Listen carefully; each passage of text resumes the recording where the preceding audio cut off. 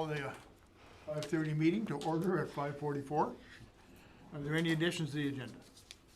Sure, Mr. Mayor. Thank you. Looking for motion to accept the agenda? Councilor Butcher, thank you. All in favor? Carried. New business. 3.1, Pembina Place Community Engagement Discussions. Mr. Mayor, I'd like to introduce this. Thank you for coming, Garnet. We want to thank you for giving us some time to weed through this very difficult situation with looking at the provincial regulations in relationship to Pembina Place. Your direction to provide us with an opportunity to go to the public and engage both the general public and the user groups of Pembina Place gave us a lot of really good information to help support the decision. And I think we're in a much better place to provide a strong recommendation tonight than we were a week ago. We have a lot more information on how we can basically pull this off in relationship to staffing, a lot better indication of what the general public feels about the situation, and we now have a bit of an idea of what the general municipalities in the area are doing. And so with that, Garnet, I'd like you to introduce the information and give us your take on this. Yeah, Your Worship, members of council. I guess COVID feedback you have in your folder there.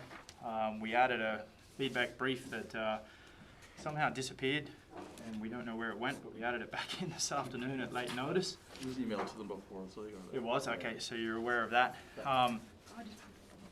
If you would like, I'll leave the feedback brief. You've probably all read it, I assume, so I won't bore you with reading that verbatim. What I will do is go over the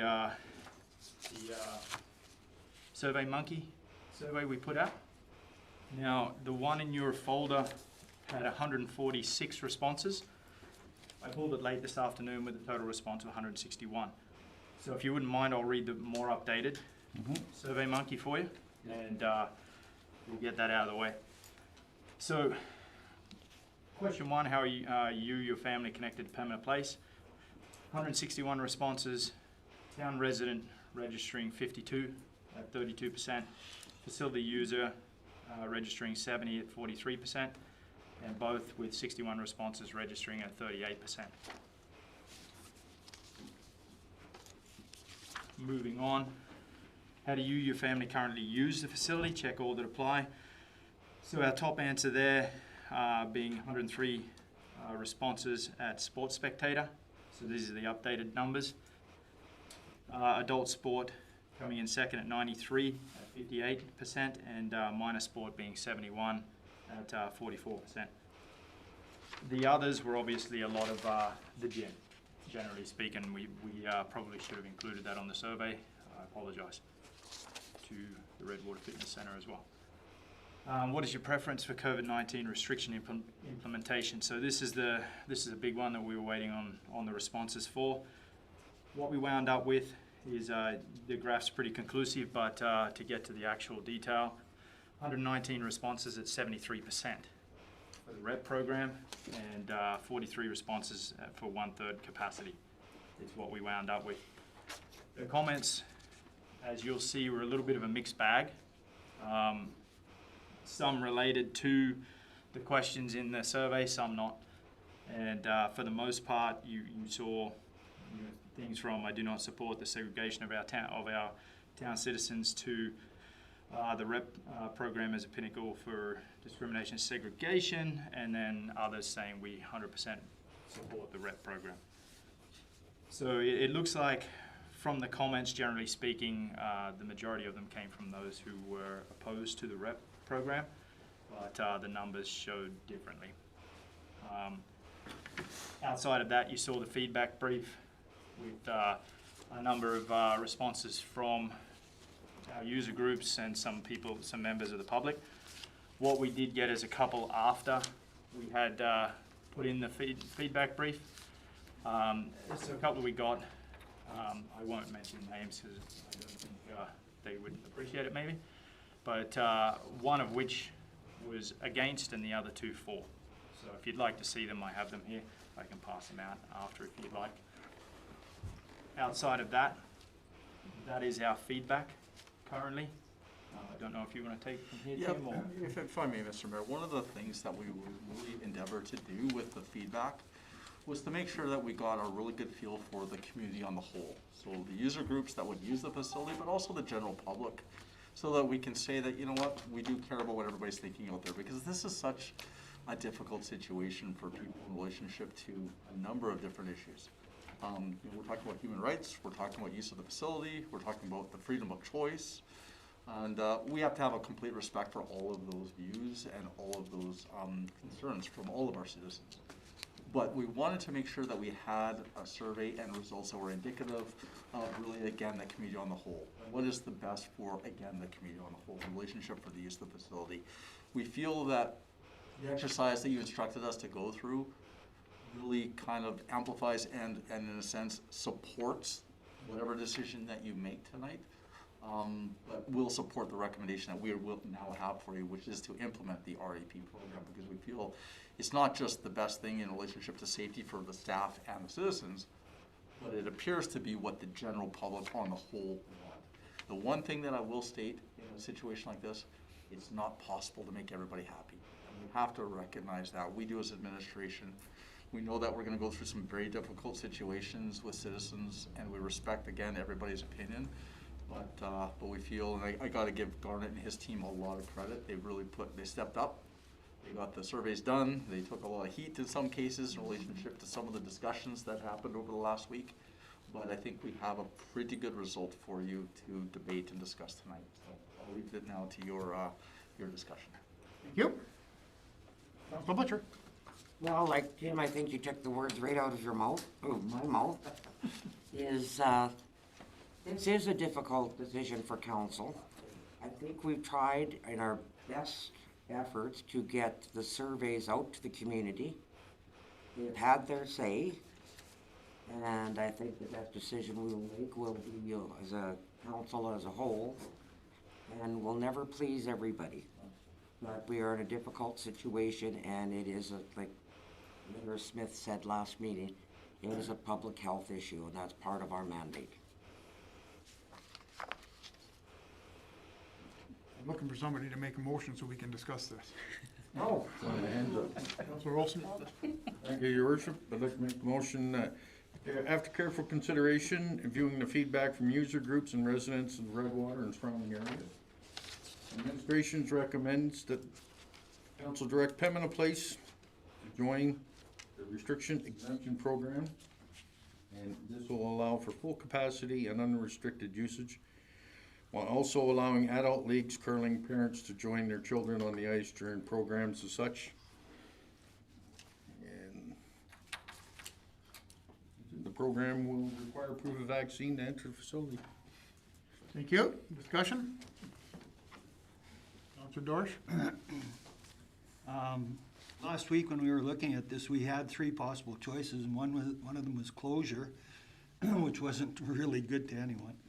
And then there was the restriction to 1/3 capacity, and then in looking at that in a little bit more detail, that was a difficult one to set up, and it wasn't good for a lot of groups.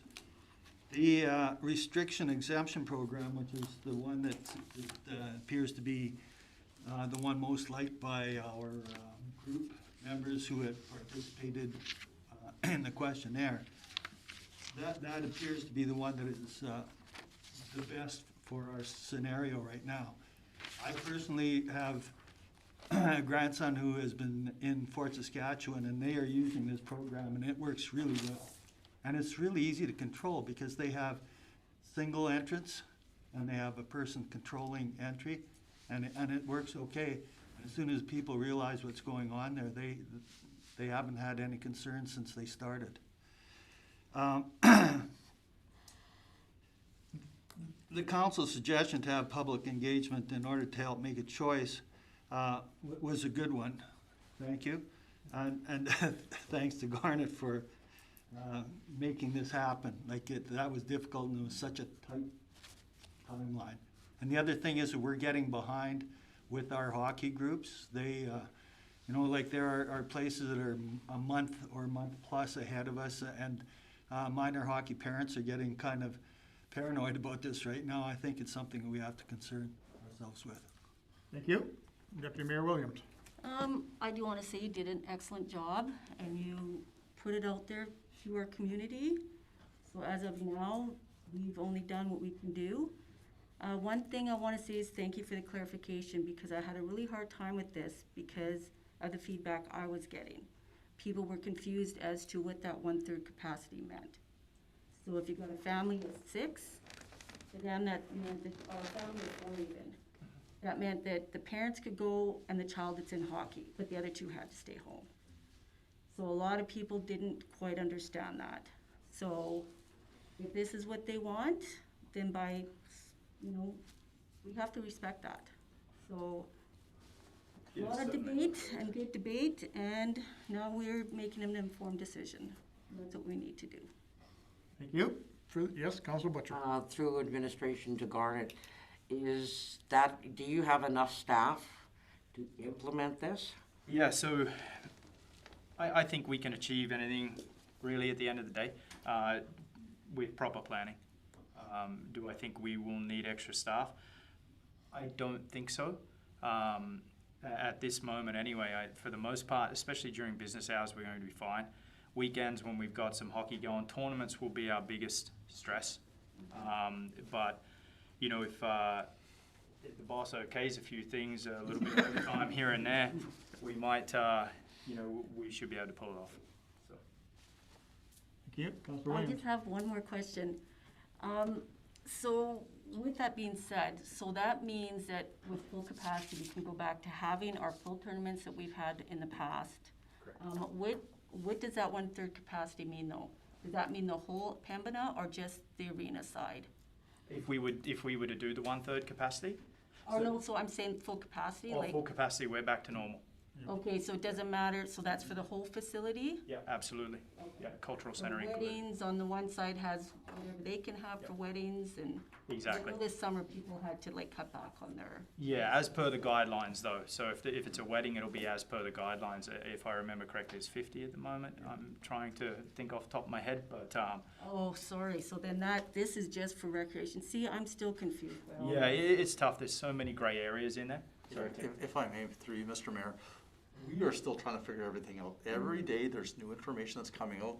Diana was watching a conversation from the legislature today in relationship to new announcements.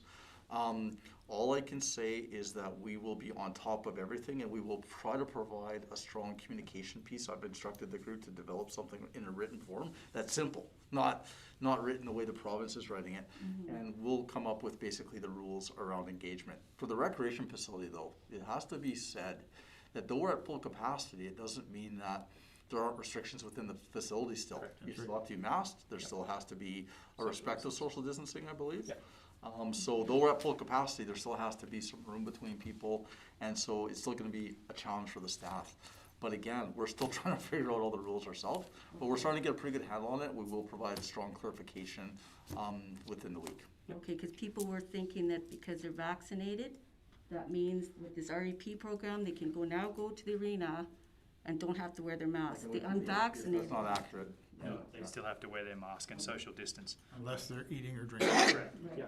Yeah, but then now we still have our eating and drinking in there now? Yeah, so the concession, everything will be operating on tournaments in particular. Okay, because I know the malls, you can go to the mall, but you can't eat in the mall anymore, so. So again, for the confusion, is if I'm holding a sandwich in my hand, can I have my mask off is really the question. We're still trying to work out those procedures with the rec staff, so. We'll roll with the punches as they come. It's ever changing at the moment, and I did bring a few pieces of literature because it's changing so fast, right? Especially the juniors. I mean, just to give you an example, youth age 12 to 17 with an entity going forward with the restriction exemption program, the youth age 12 to 17 do not need to provide proof of vaccination if they are in the facility solely to participate in recreational sport activities. If they are going to be doing other things, visiting a restaurant, sitting in public areas, e.g. spectator, then they would need to show proof of vaccination. So I mean, there's so many little intricacies in there that they've written in. There's so many grey areas, but we'll do our best to navigate them as best we can. And as Tim said, stay on top of the regulations. So All we can do. Thank you. Councilor Spicer? I think Dave was actually before me, no? So I think I just heard it, I was catching something, ages 12 to 18, what is their, do they have to be vaccinated as well, or? Yeah, if playing they're- sports, if they they're- don't have to be? Yeah. Correct, yeah. If they're not participating in sport, they have to show proof of vaccination. But if they're participating, playing hockey or whatever the case may be, they don't have to show proof of vaccination. And, you know, such a fine line, right? But it's a tough one. Councilor McCray. Thank you, Your Worship. A couple of weeks ago, many of us sat in a webinar and heard from our Premier that vaccination rates in the rural area were very low comparative to the main centers, and that the reason for this was because municipal councils weren't doing their part in getting their rural residents vaccinated. We've heard that story before on other things from the provincial government. And we talked at length last week at our regular meeting about the fact that the programs that have been given us to work with have been given to us with the intention that we fail. There is no right answer for any one of these programs. Everybody is in the situation, and especially our staff. They're going to be in the situation where they're having to enforce something like Councillor Dorish has said that Fort Saskatchewan is going through. It's interesting you brought up the youth exemption for actually playing sports. My understanding is the city of Edmonton has actually stopped that exemption and has said that anybody 12 years of age or over on the REP program has to be vaccinated.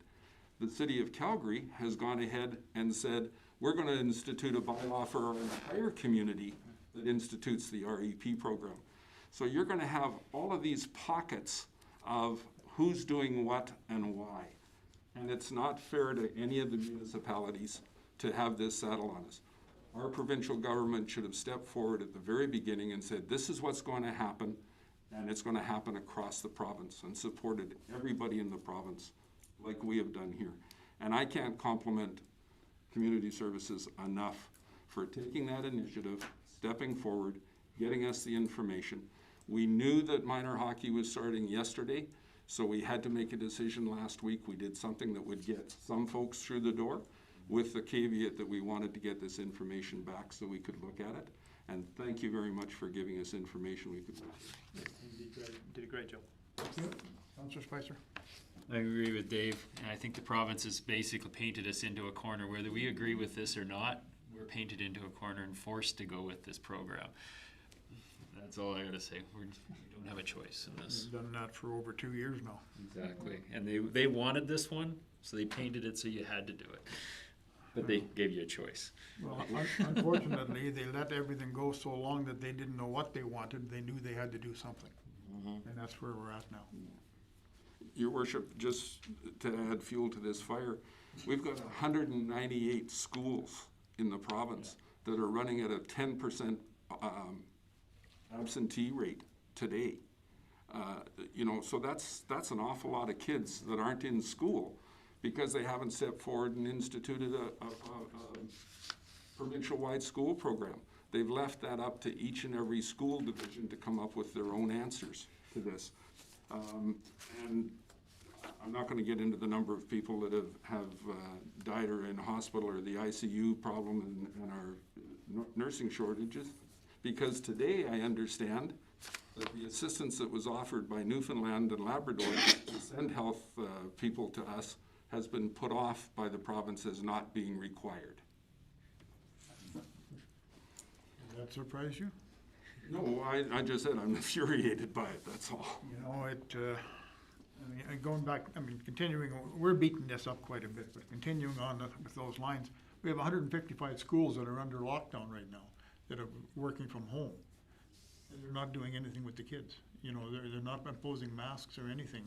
And I don't know how they expect us to get out of here if they're not going to do something. But anyway, we beat this up, and if there's no further discussion, I will call the question. All in favor?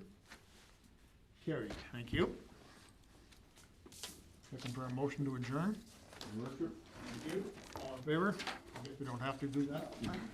Okay, now we go to the, Tell Alfie to leave me alone now. Get your skates on again. now we'll go to the regular council meeting. Cow meeting. a regular cow meeting. I'm so sorry. Twice tonight. See you later, bud. Are there any additions to this agenda? Nothing? Nothing, sir. Thank you. Councilor Butcher. Looking for Councilor Butcher, all in favor? Carried. New business, 6.1. Through you, Mr. Mayor, this is a report that was put into the agenda package. I believe that you've talked about this before. And I think it's just brought forward for some discussion, if you wish, around a proposal around business license fees. In 2021, these fees were processed and sent to businesses in late November of 2020 with renewal dates. And I think what we're looking for is just some discussion around a possible rebate. This did cost the town approximately $4,000, I believe, in terms of lost revenue, and that is here for discussion. Thank you. Councilor McCray. Your worship, COVID isn't leaving us behind, so I'm not sure if this is gonna be the only issue we're gonna have to tackle again this year. I think last year we also looked at deferring interest rates on taxation schedules and what have you. So I don't know if it's a singular item. I notice we've got the sidewalk cafes out there as well, but it's certainly something that we should consider as a lump package as to what we can do to help with COVID. Thank you. Discussion? Councilor Williams. I think if the RAP program is implemented and they can be at full capacity, don't you think that maybe they would be able to pay their business licenses? If they choose to participate. I think everybody in town is. So, I mean, we are segregating again. All or none. Okay, thank you. Further discussion?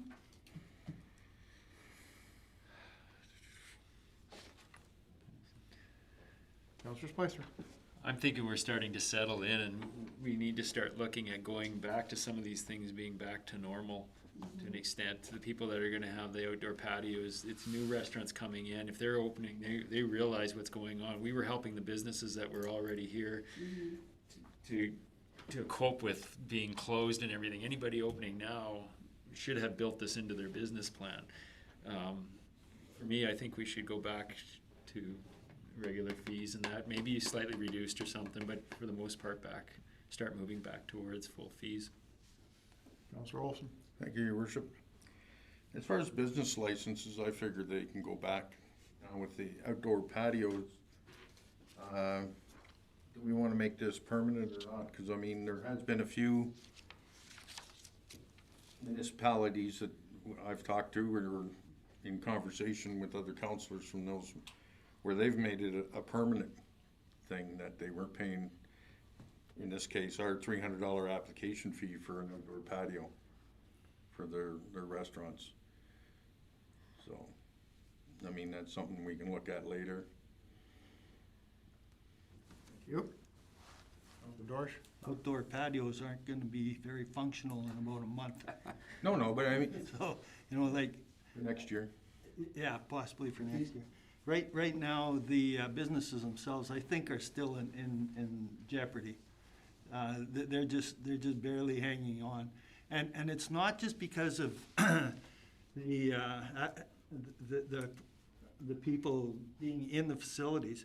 What's been happening to them is like they can't even get supplies. COVID has hit them from far away. It isn't just something in our community. So when they're trying to keep up things that they regularly had within their businesses, they can't. They can't get the things that kept them running. So they're still in stress.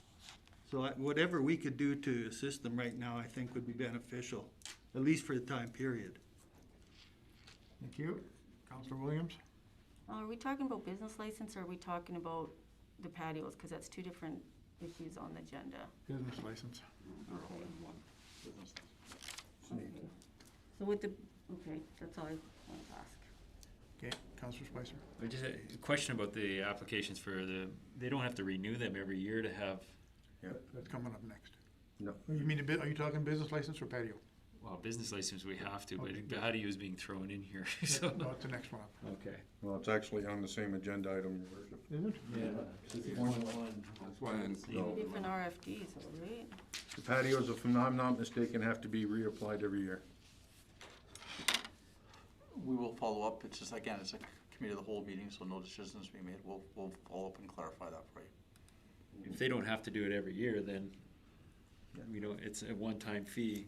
But yeah, if we're gonna have to do that every year, then I'm seeing it a little differently.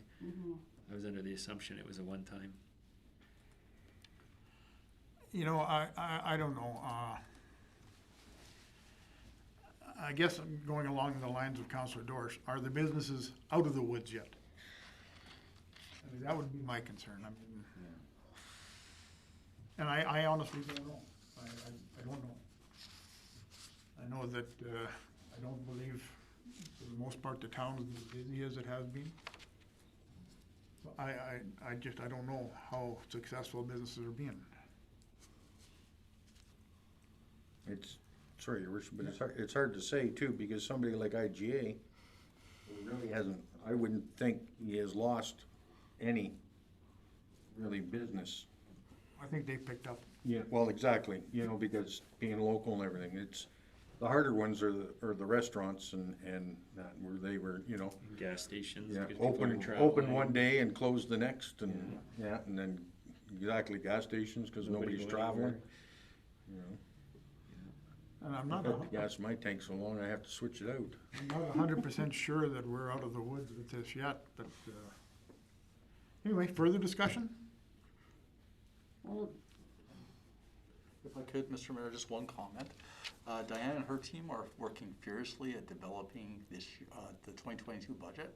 And one of the things that I believe we need to do is develop a long-term strategy to overcome the financial challenges the municipality is going to be looking at, not just next year, but over the next 5 years or so, because I believe there's going to be a lot of financial challenges.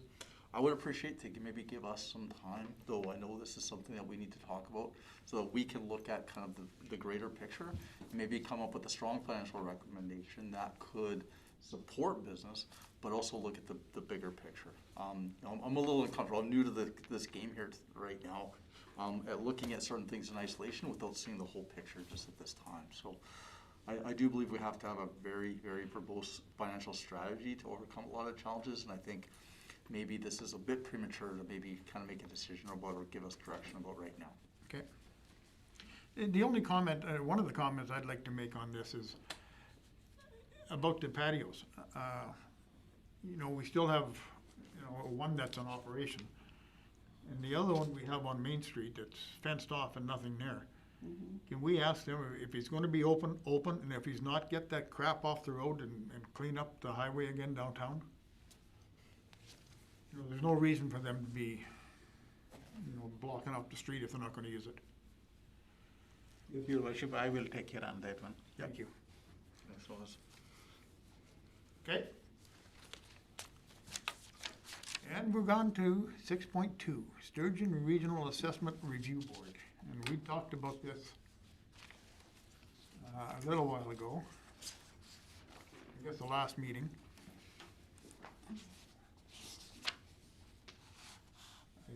Who's gonna open with this?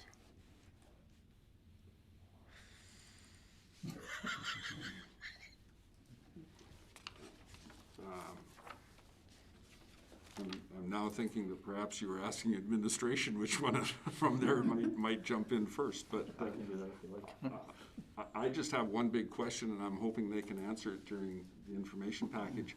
Because I've not had anything to do with the process while on council, is there a big difference between a county-type setting with large rural tracts of land and what have you, and a municipal setting where we have residential, industrial, commercial complexes built into that mix?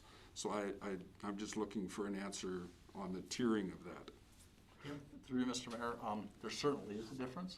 And I asked that same question myself because looking at this, county residential properties and other types of properties that may come up in an assessment review board situation are quite different than an urban center. That said, what I was told is that when it comes to the much larger areas, typically experts are brought in to confer with the assessment review board so they are all kind of on the same page in relationship to understanding. You know, that type of stuff is complex for anybody.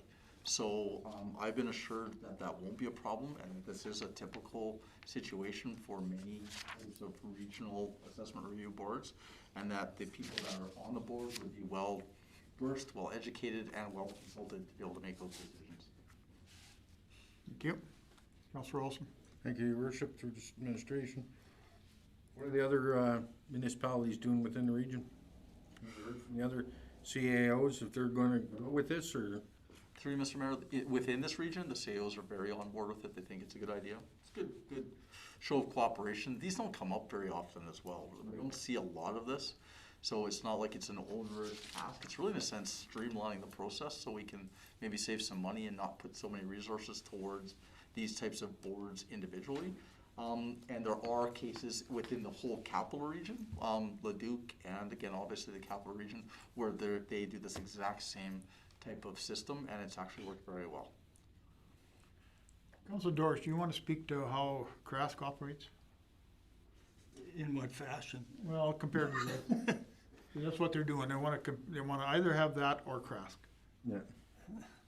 When I read through this, I would rather have Krask personally, just because of the way they have it laid out through all the different municipalities right now. They are very efficient. They, can I use the word clean? Like they're clean. They are really aware of each municipality and what each municipality is going through. So they update everyone that they are working with very well, and I don't feel like they are really expensive to us. They're a benefit to our municipality. I think they would be in the neighborhood of $4,000 more annually. I guess depending on how many we have to look at. But I know that, again, when we looked at this a couple of years ago, I don't know if it was legitimate or whether it was just our feelings that we didn't want to get in bed with Sturgeon. And to be honest, I'm quite surprised that the other municipalities want to jump on board like that. I mean, I got nothing against forming relationships, but it's got to be beneficial relationships, and we didn't see that the last time we looked. It may be there now. That's fair, Mr. Mayor. Councillor Olson. Thank you, Your Worship. You know, they don't mention anything here about fees. You know, like, there is no fees for us to join, but if they're gonna be administrating it and looking after it, they're gonna be wanting member municipalities to absorb it. Like, they're saying that right now they can absorb it to Sturgeon County, right? Here's where they're saying. There is some fees marked off there. No, There's fees on page 3 of 3. Right there. okay. That's just for the hearings. That's not for membership, though. You pay for hearings anyways. They're saying no membership fee. Right, that's what I'm saying, though. Now they're saying no fees. Fair. But I mean, if it gets busy enough, they'll end up hiring another administrative assistant or something, Fair point. and then they're gonna be looking for money. You know, it's the same as, well, I mean, I don't mind with the ERP, I mean, they've taken that on and, you know, we're paying X amount of money a year to belong to that, to help pay for that staff members' time and everything, so.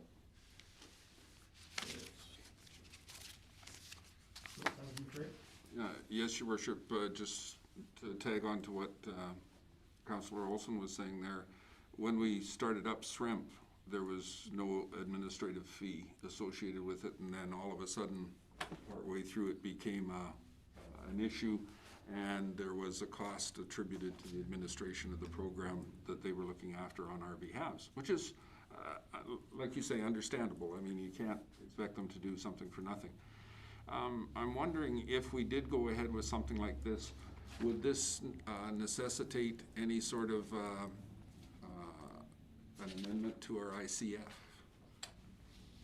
Would it touch boundaries with that document at all? I don't believe it.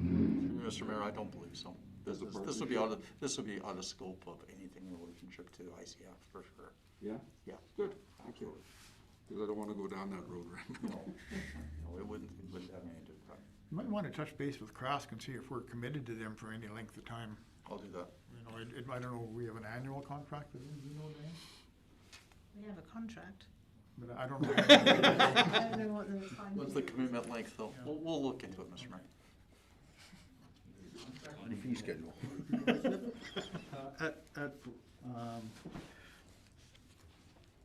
I think the last meeting I was at, they were talking about, some amount of an increase that was supposed to be occurring. So when you're talking to them, possibly check on any increased rates that they are expecting over the next 3 years With your Krask? with Krask. And that may be an influencer too, depending on how much. You end up con- Well, I was just gonna say, this is similar to the SDAB. You don't see an awful lot of those, meetings come up. You know, and SDAB works fine because we have municipal representation from all the municipalities within Sturgeon County. So, I can't see us changing, if the wheel's not broke, why change it? Other than dollars, yes. No, Your Worship, the contract goes to the end of this year, and then it would be renewed. So it's an annual. No, it's a 3-year Oh, contract. 3 year, Yeah, okay. So the third year ends this year. Thanks, Diane. So if you're gonna do it, this would be the time to do it. Okay, I guess that's all. Feels weird not being able to make a motion.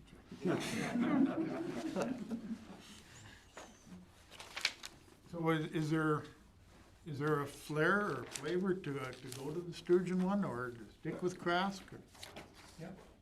I don't know, like, I mean, I'm like yourself, you know, like you mentioned earlier about having the collaboration and everything, which is fine within the county. But I don't want us to, you know, get into this situation, and I'd like a little bit more information, because I feel down the road, they're gonna end up hiring somebody for $80,000 a year that they're gonna want us to pay for, to look after this information. You know? And that's probably so. I guess the good thing about Krask is, I mean, yet we pay for it. I mean, we're paying, I think it's 4,000, and if it goes up, it'll be that much worse. But, you know, they do have people in place. They do have knowledgeable staff that this is their daily bread and butter. Mm-hmm. And that's where we get our assessors through, is through Krask. So would that be changing too? I mean, everything's gotta be looked at, and, you know. Your Worship, I had that concern when this came up last time, but everything else, from my understanding, would stay the same with Krask. It was just the hearing part that would be through Sturgeon. So we wouldn't be associated with Krask. No, we still would be, and our assessor would still be appointed through Krask. This Sturgeon proposal was just simply for the assessment hearings. The ARB wasn't- portion. Oh, so we would It wasn't still, for the whole package, from my understanding. we would still be staying with Krask. Yeah, it would just be this portion that we wouldn't be. Because I spoke to Mike about it to see if there would be any issues, and he said no, because everything else would remain with Krask. This would just be for the hearings. Okay, well, that puts a different spin on it. If we're gonna stay with Krask anyway, why don't we just have them do everything? I thought the meaning behind this was for us to leave Krask. No, this was just for the assessment review board. Use lightweight take over everything that Krask is doing.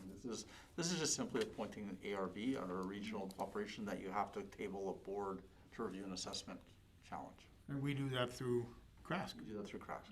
Yep. Yep. Thanks for the clarification. No problem, you're welcome. Wouldn't lower our fees with Kratz, because we're still paying for it anyways.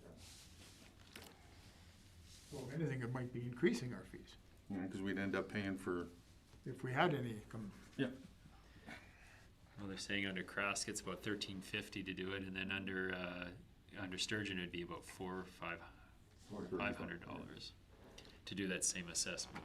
Okay. I guess we need some more input, right?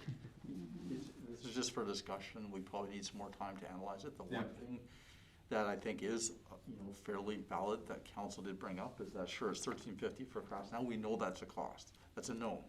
The 400 to 500 could change dependent on what happens over time. Once you get yourself into one of these situations, you're exposed to change in complexity, exposed to politics by dealing with the regional situation with Sturgeon, and exposed to cost escalation.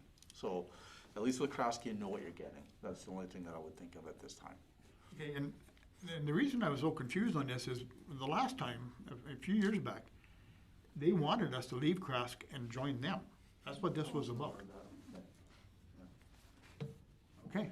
And it still could be, I hate to say it, but from a strategic perspective, it'd be a way of kind of getting there in a different way, right? The beginnings. Could be. Yeah. Okay, good enough. Mr. Davison? Yeah, first caveat off the rank, Your Worship, members of council. I'll just jump straight in the report. I'll assume you read the most of it, so I will just hit some high points. Arena operations, ice plant replacement project, fine electrical ongoing there. Arena HVAC and structural project, they've got a list of deficiencies from the engineering review, so we're tightening up that. Permanent place maintenance, we got some ODR maintenance going on. If you weren't aware, we secured a sponsor for the ODR this year. Nice. Nutrien jumped on board, which is fantastic. Anne-Marie, in that new role, has stepped into it very well. So we're looking to do a few little touches there to make ice maintenance and putting the ice in a little bit easier for the guys. Parks and beautification, we purchased 3 new trees for the Arboretum. We're replacing the dead red oak. It was actually, it's out of the area species, so it wasn't a surprise that it keeled over on us. But we're replacing that with a showy mountain ash, and we'll be chucking in another flame of myrrh maple and a silver cloud maple as well. So a few little things going on there just to start the process. There's probably about another 3 to go, but we're underway. So cool. We've got automated aquatics coming in to do our winterizing and fall maintenance. We're looking at having them replace a little centrifugal pump there as well, but that'll be assessed when they come out. Ice rentals, our first rental began on the 27th. As you know, we had a, for want of a better phrase, we had a hell of a time getting there this year. We didn't have a good time with our ice. The power outage didn't help us. Thanks to WAS. And no, all good, mate. So we had a few little things go up, a little bit of melting on the ice, but we got there, and then found out our Zamboni needs a new gas regulator at the same time. So we've had a little bit of a run, but we got there, and we're pretty happy with how it turned out, but it'll be better in a week's time. Cultural Center, we've got karate, heartland skipping, epic acrobatics, all in renting the space. Federal election was held in the Cultural Center, as you're aware, and the farmers market has been ongoing, finishing up today, actually, as a matter of fact. Discovery Days Parade, just to recap back through the summer a little bit, it was good, 28 entries plus the dignitaries and RCMP. The Hollywood Films theme went down pretty well. Meet the Community Night, as we've spoken about a few times, is good, was good, and Chris Kringle, we're looking at options based on restrictions and regulations, and I think we'll be able to make that happen pretty well this year. Community Services Board, 1 vacancy for a member at large. We spoke about that recently. It looks like we've found a solution for that, so we'll be moving ahead with that very shortly. And now just the projects update. So the plan is up and running. Some final electrical issues to be completed, so we started up mechanically because electronically we weren't quite there yet. The SCADA system wasn't completely up and running. Their IT had some work to do on it. We managed to get that up and running, and away we went. We did have one issue when we fired up the plant. It looks like we had a plug in a couple of our lines. We managed to free that, and we started off with a little bit of a scare, but we managed to free the issue there, and now we've got a really good freezing pad. It's working really well. In that issue, we had an air bubble in the system, which is what caused it. Through the expansion of that air bubble, it punched out a whole bunch of brine out of the expansion tank and fried our ammonia alarm. Simcoe is graciously going to pick up that tab for us without choice, and we'll go from there. HVAC and structural, we're about 98% complete. With just deficiencies listed I mentioned earlier, we had a couple of spots up above the lights in the center. We've got about a 6 foot by 6 foot square that hasn't got any low E ceiling. They'll be out on Thursday to fix that. And yeah, that's about it from me. Any questions? Excellent. Councillor Olson. Your worship, through to, thank you, through to administration and that. Our backup generator, we have no means of plugging that into Pembina, do we? That's specifically for here. Yeah, Apparently that's what Nawaz is looking into now, or? I had the hand generator going and wanting the lawyers, but we had the discussion. It was maybe you could. Your worship and respectable council, that generator is not enough to run the ice plant, no. Big enough. Well, Yeah. 120. The last Friday when we had the power outage and Garnet was very anxious to turn on the generator and hook it up, but just wondering, that's all. You know, and you'd mentioned concession before. correct. So Third party is lined up. They are coming out today to have a look at the space. In the startup phase, they're going to be coming out for Fridays and tournaments, Friday, Saturday, Sunday, when we've got some traffic moving through. Once they get established and, they're hoping to reach out to the school. School doesn't currently have a cafeteria, the high school, so they're hoping to draw a bunch of the kids from there as well. So we're, fingers crossed, and very hopeful. They have got a very good business history, so we're very hopeful that they will kick off here and become a very central part of that facility. the local, He is not. you know what, the locals had their chance. Yeah, a little bit of background, I guess, just to throw that out there is they're currently running the concessions for about 8 schools in the Edmonton area, and they have between 6 and 10 concessions, including the Dukes Arena and Millwoods and a couple of the others. So they've got some big arenas in the city and some food trucks and some restaurants in the city, so they're well established. Probably willing, hopefully they're not watching, hopefully willing to work through it, and they might wind up in a little bit of a lost situation to start with and then build through, and I think Big that's enough the to plan. absorb it. Exactly, yeah. Good stuff. I know it was a challenge for you, but good job. Councillor. We're lucky.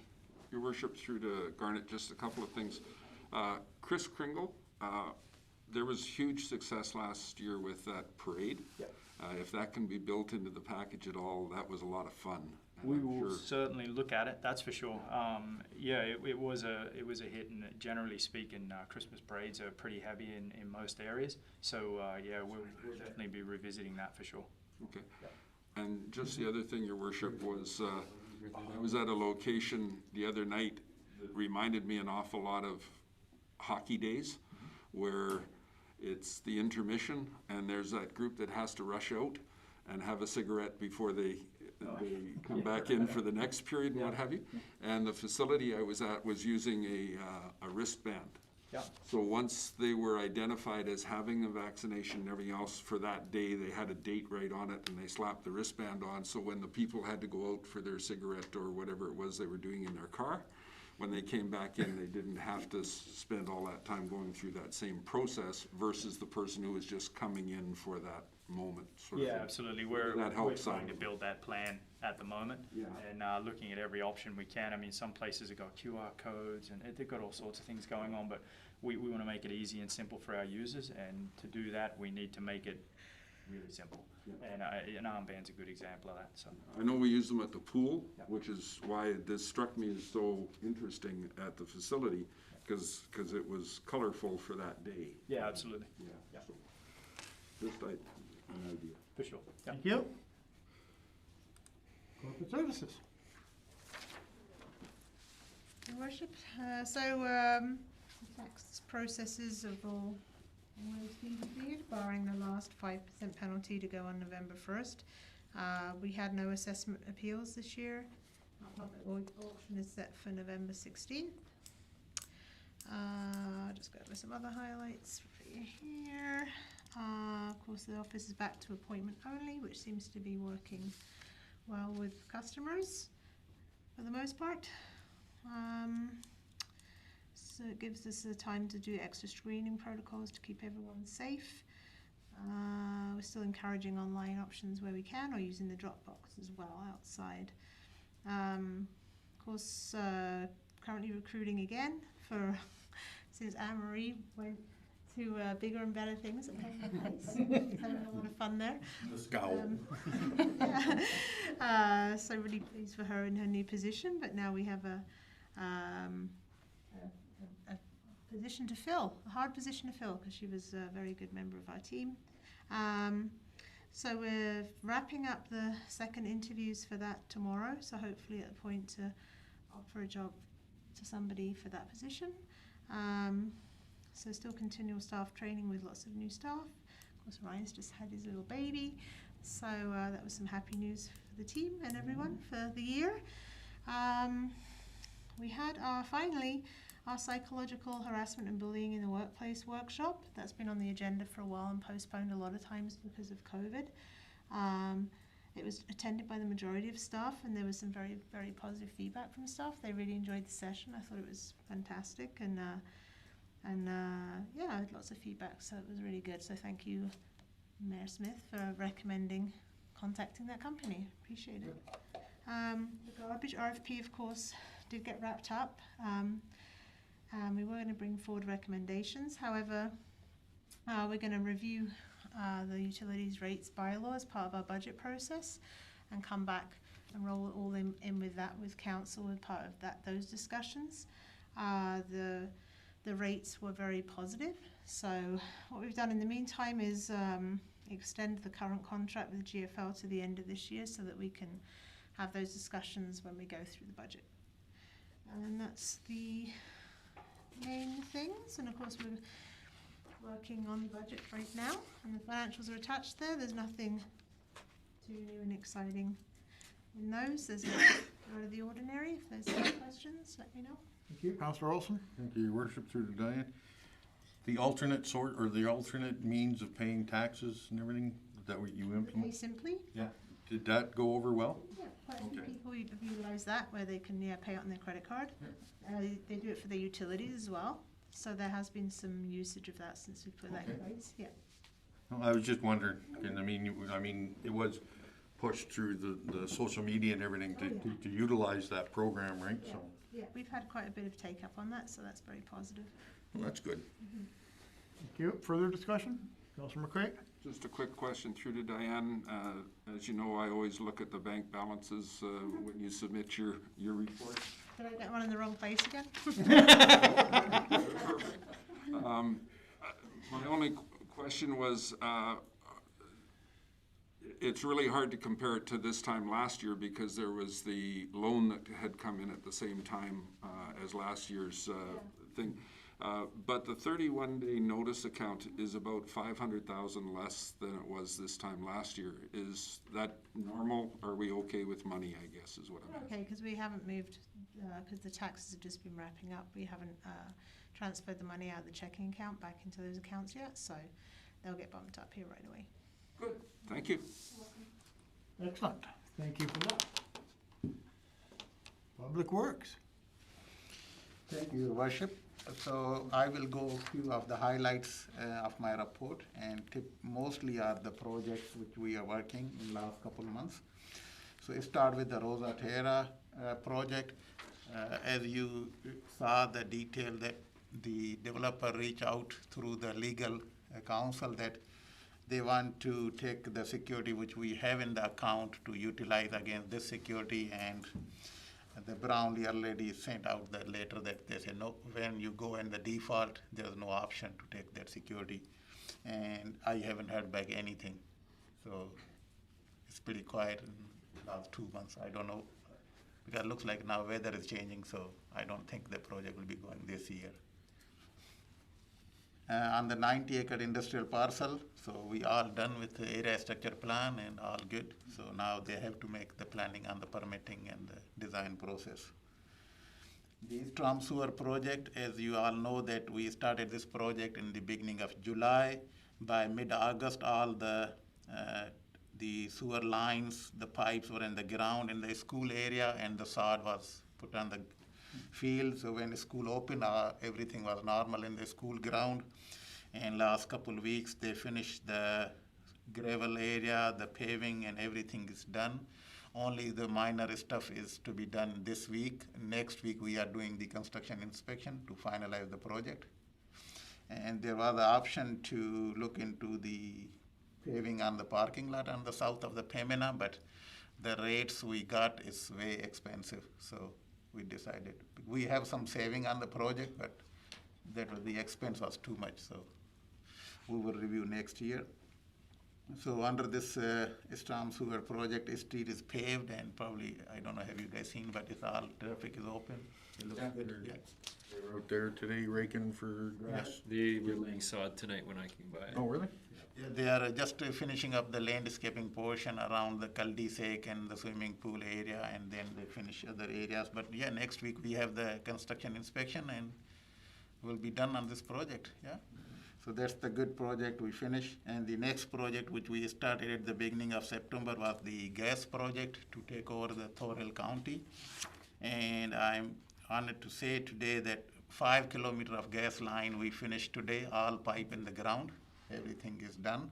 Now we have to just do the connections and the tie-ins and cancel the Thorell County probably next week. So by mid-October, we will take over all the customers. You've completed the test? No, test will be done this week and the next week, yeah. But yeah, the customer will be probably by end of next week, we are planning to take over. So yeah, that was a big achievement for this project. You see the numbers on the report that one contractor bid for $500,000 and other was 260. So, and we finished this project within our budget. It will be less than our budget. Thinking about hiring out your team for bidding on these projects. A lot of money saved. Yeah, so we will be expecting a bonus. I think there's some extra cheesecake in the back. The fire hydrant project, you know, as we promised last year that one fire hydrant will be through the contractor and we will be replaced in-house. Mm-hmm. So we replaced one last week and the next one will be replaced tomorrow. So as promised, so it will be done this year. 3 fire hydrants will be replaced this year and 2 will be next year. The sidewalk and the street paving is all done. There is only one spot they left in the west end that should be done this week. And working on the budget and some other minor, other small things, but that's pretty much my report. Excellent. Councilor McCray. Just a question through to Nawaz, if I could please, Your Worship. Was there any feedback from the school with respect to the project? Have they said anything about how happy they are or anything? No, I haven't heard any comments, anything. Because at the beginning of the project, there was one tree which we have to remove in the school ground beside the front area. So I touched base with their maintenance guy, and he's a very nice person to deal with, and he was okay. And after that, I haven't heard anything. No news is good news, I guess. Councilor Olson. Thank you, Your Worship, through Nawaz. How are the streets and sidewalks looking? Like, could we, I'm thinking now, you know, where we've had the sewer lines cambered and we know where our problems are with gas line replacements and stuff. If we could sort of, you know, skip a year, sort of put the sidewalk street money to sewers and gas lines next year, you know, I'm wondering if we're at that point where the sidewalks and the streets are good enough to do that. And so, Your Worship and the council, you know, this year in 2021, we didn't do the sanitary sewer line, the lining or the replacement, anything because of a storm sewer project. And on the next year, we have a few streets in the downtown area to pave. And the plan which I prepare for my capital project for the next year, which includes the street paving, sidewalks, and sanitary line all together. So it's not taking one big chunk of amount from one. So we're doing all 3 aspects together. But as per our whatever the MSI we will be getting, we don't know. So, but still there are few streets in very bad shape. If you look on the 46th Avenue on the south side, that whole street needs to be repaved properly. 54 Avenue is pretty bad. That needs to be reconstruction. So there are quite a few streets, and still there are some sidewalks on the west end that needs to be done. No, I was just sort of looking, sort of thinking, because we have heard from associate with regards to the sewer lines and the gas lines, and, well, a lot of this stuff's been in the ground 60 years, and we already know what sewer lines and that, so. No, the gas line, the sanitary line is in pretty good shape, because based on that report which we received, that we have a 10-year plan, but on the sanitary line, we should be done in next 5 years. All the lines that we need, the lining or the replacement. Oh, okay. And on the gas line, especially the line behind the ATB, that's the back alley, we are planning to do next year. Because we had a very good experience this year in the installation, so we will do that project in-house again next year. Okay. Councillor Spicer? Just want to comment on that new cul-de-sac at the pool there, though. It looks really good. It's much more usable than the old one. That section, section looks so nice, and especially all the manholes, and especially you remember when it was heavy rain, you can see that cul-de-sac wasn't useless at that time. Yeah. No, you're right, it does look good. There's a second outdoor I pool. might be able to turn my truck around in there now. Okay. Excellent, thank you. Bylaw.